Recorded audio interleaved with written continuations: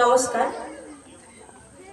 প্রথমেই আমার সাথে মঞ্চে উপস্থিত থাকা সম্মানীয় ব্যক্তিদের যথাযোগ্য স্থানে আগে সম্মান জানাই এবং তারপরে ধন্যবাদ জানাতে চাই আমাদের সূর্য সংঘের সমস্ত সদস্যকে, কারণ ওনারা অক্লান্ত পরিশ্রম করে গত 3 দিন ধরে এত সুন্দর একটা অনুষ্ঠানের আয়োজন করেছে।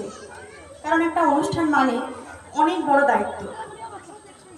এনারা যে দায়িত্ব নিয়ে এত সুন্দর একটা অনুষ্ঠানের আয়োজন করেছে, তার জন্য সূর্য সংঘের সমস্ত সদস্যকে আমি আবারও ধন্যবাদ জানাতে চাই এবং আগামী দিনে এই ক্লাবটি আরও বড় হোক এবং এই অনুষ্ঠানে আমাকেও আমন্ত্রণ করার জন্য সূর্য সংঘকে আবারও আমি ধন্যবাদ জানাতে চাই।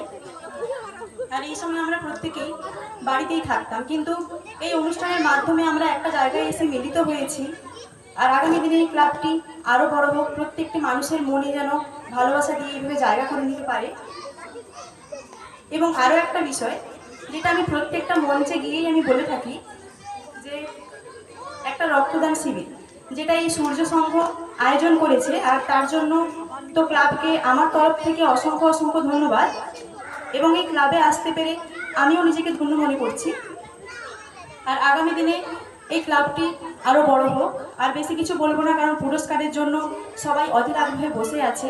আর আমার সাথে আরও সম্মানীয় ব্যক্তিরা রয়েছেন মঞ্চে। আর সবাইকে আবারও যথাযোগ্য স্থানে সম্মান জানিয়ে, ক্লাবের সমস্ত সদস্যকে ধন্যবাদ জানিয়ে, শ্যামা মায়ের চরণে প্রণাম জানিয়ে আমি আমার বক্তব্য শেষ করছি। নমস্কার।